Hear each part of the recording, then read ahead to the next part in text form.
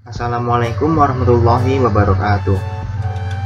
Perkenalkan, nama saya Adam Fori Prayoga dengan NIM 2280200057 dari Pendidikan Fisika kelas B tahun 2020. Di sini saya akan menjelaskan 6 jurnal yang terdiri dari 5 jurnal nasional dan 1 jurnal internasional tentang pengembangan alat praktikum kapasitor dengan dosen pengampu Ibu Dina Rahadiarman MPD.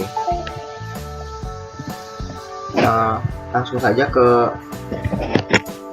jurnal yang pertama.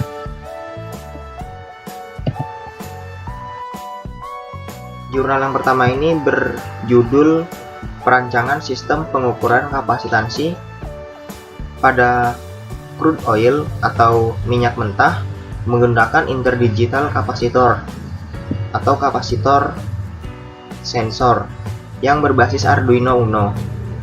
Nah, Arduino Uno sendiri merupakan sistem pengukuran yang akan merekam data dan sekaligus menampilkan hasil pengukurannya kepada monitor yang ada di laptop maupun di PC. Nah, tujuan dari jurnal ini adalah meneliti sifat dieelektrik fluida dengan menggunakan interdigital kapasitor untuk mengukur perubahan kapasitansi fluida. Nah, adapun kelebihan dari jurnal ini adalah dengan menggunakan interdigital kapasitor yang ditempelkan kepada plat ini dapat menemukan sifat dieelektrik fluida tertentu seperti benzina, fenol, aseton, etanol, metanol, formaldehida, dan air suling seperti gambar di sebelah kanan atas ini. IDCS yang dicelupkan ke crude oil atau minyak mentah ini yang selanjutnya akan direkam menggunakan Arduino Uno dan akan ditampilkan pada PC pada gambar seperti di sebelah kanan bawah ini. Selanjutnya kelebihannya itu nilai kesalahan hasil pengukuran berulang kapasitansi minyak mentah berbasis Arduino Uno ini adalah 0,47% atau hampir akurat. Sedangkan tanpa Arduino Uno kesalahan pengukuran berulang sebesar 0,65%, yang artinya lebih besar daripada jika tanpa menggunakan Arduino Uno. Kekurangan dari jurnal ini menurut saya adalah minyak mentah yang masih agak sulit ditemukan karena minyaknya yang belum melalui proses distilasi yang berbeda dengan yang sudah melewati proses distilasi seperti gas LPG, bahan bakar minyak, dan lain sebagainya.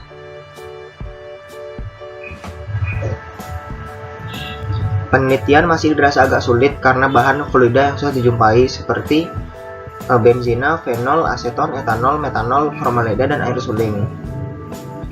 Selanjutnya ke jurnal yang kedua. Jurnal kedua ini berjudul Desain dan Implementasi Algoritma Korelasi Daya. Desain dan implementasi algoritma korelasi daya dan tegangan di kapasitor untuk maksimum power point tracking pada fotovoltaik menggunakan Arduino Uno.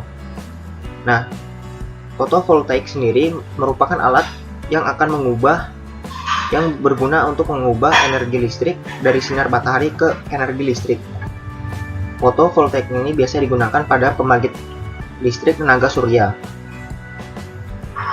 atau tenaga sinar matahari. Tujuan dari penelitian ini adalah menawarkan konsep langkah demi langkah yang lain sebagai salah satu solusi alternatif untuk menyelesaikan masalah, yaitu dengan menggunakan konsep hubungan antara daya dan tegangan pada kapasitor untuk mendapatkan nilai daya maksimal pada fotovoltaik. Adapun kelebihan dari jurnal ini menurut saya adalah dengan menggunakan Arduino Uno didapatkan daya yang maksimal dari PLTS pada voltaik atau penyimpan dayanya. Kekurangannya menurut saya adalah fotovoltaik ini dijual dengan harga yang sangat dijual dengan harga yang mahal, sehingga tidak semua orang memilikinya, sehingga hanya digunakan pada PLTS.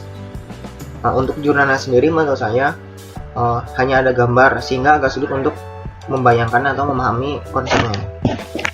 Selanjutnya ke jurnal yang ketiga. Jurnal yang ketiga ini berjudul Rancang Bangun Alat Percobaan Resonansi Rangkaian RLC menggunakan sistem digital yang dibuat Fikri Rizky Mustalim dan Endah Ramawati. Tujuan dari jurnal ini adalah merancang suatu alat percobaan untuk mengukur frekuensi getaran pada rangkaian RLC yang dirangkai secara seri secara digital. Adapun alat yang terdiri dari beberapa komponen, yaitu audio frekuensi generator sebagai sumber tegangan, power amplifier, rangkaian resistor, induktor, dan kapasitor, dan mikrokontroler Atmega 328 sebagai pemrosesan data untuk menentukan nilai frekuensi resonansi rangkaian RLC secara otomatis yang ditampilkan pada LCD atau monitor. Mikrokontroler Atmega juga disebut sebagai Arduino Uno. Di sini merupakan gambar dari rangkaian RLC. Yang di bawah ini merupakan sumber tegangan.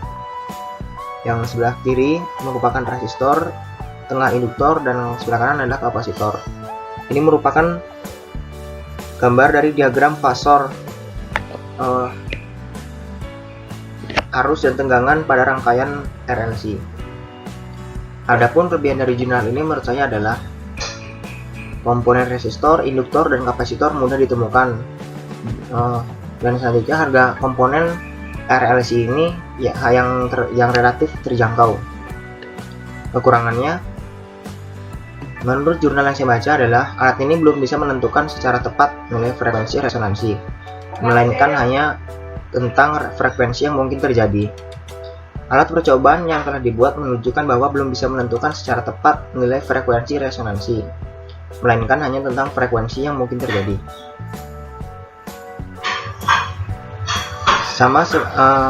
Selanjutnya sama seperti jurnal kedua, hanya ada grafik, tidak ada gambar nyatanya, sehingga agak sulit untuk memahami konsep. Selanjutnya ke jurnal yang keempat.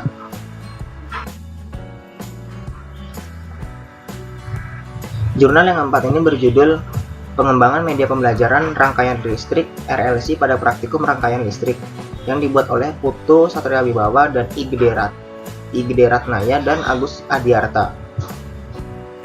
Adapun tujuannya membuat media pembelajaran RLC secara fisik seperti ini yang dapat menggunakan untuk membantu proses pembelajaran. Jadi ini merupakan alat peraga atau simulasi yang akan digunakan oleh praktikan saat proses pembelajaran. Maksudnya kelebihannya, adapun kelebihan dari jurnal ini adalah gambar produk media pembelajaran rangkaian listrik RLC ini jelas secara fisik, sehingga memudahkan untuk memahami konsepnya. Bentuknya portable dan mudah dipindah atau dibawa kemana-mana.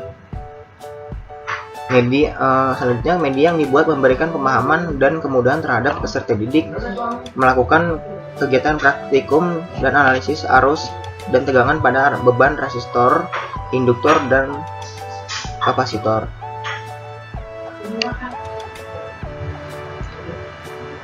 Selanjutnya adalah kekurangannya. Media pembelajaran hanya ada satu, sehingga praktikan akan secara bergantian menggunakannya atau beramai-ramai dalam memperhatikannya. Selanjutnya ke jurnal yang kelima. Selanjutnya yaitu jurnal yang kelima. Jurnal yang kelima ini berjudul Rancang Bangun Alat Ukur RLC Meter Berbasis Arduino. Di sini ada papan breadboard Arduino Uno Mega, dan ini Arduino Mega yang disambungkan dengan breadboard.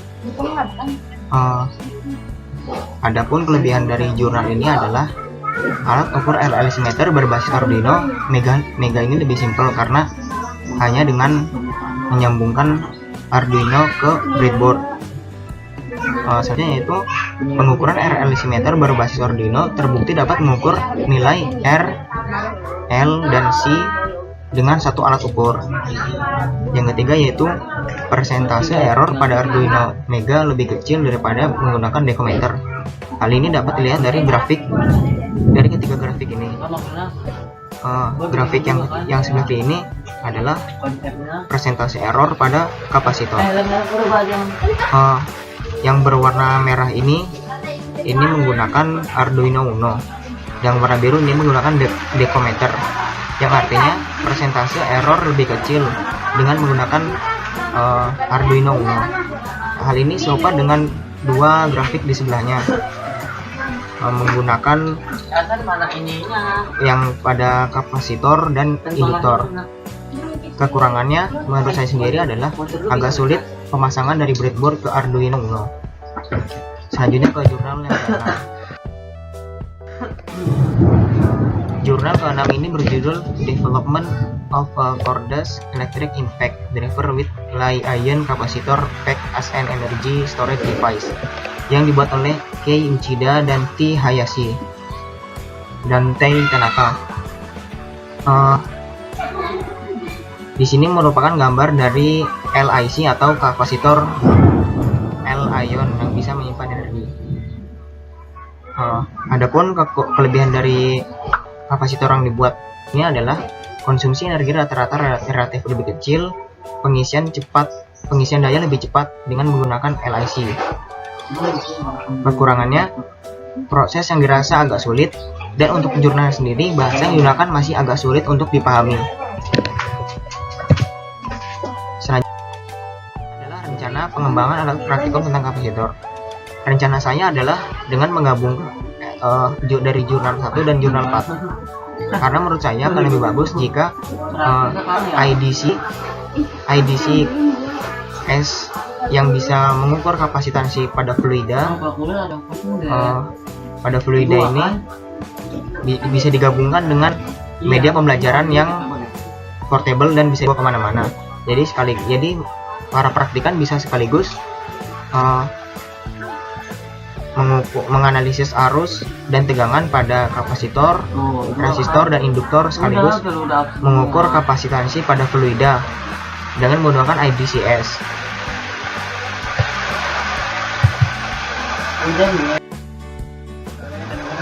Adapun daftar pustaka di sini ada 6 daftar pustaka. Salah satunya adalah dari jurnal internasional yang paling atas. Kurang lebihnya mohon maaf. Sekian dari saya, mohon maaf. Wassalamualaikum warahmatullahi wabarakatuh.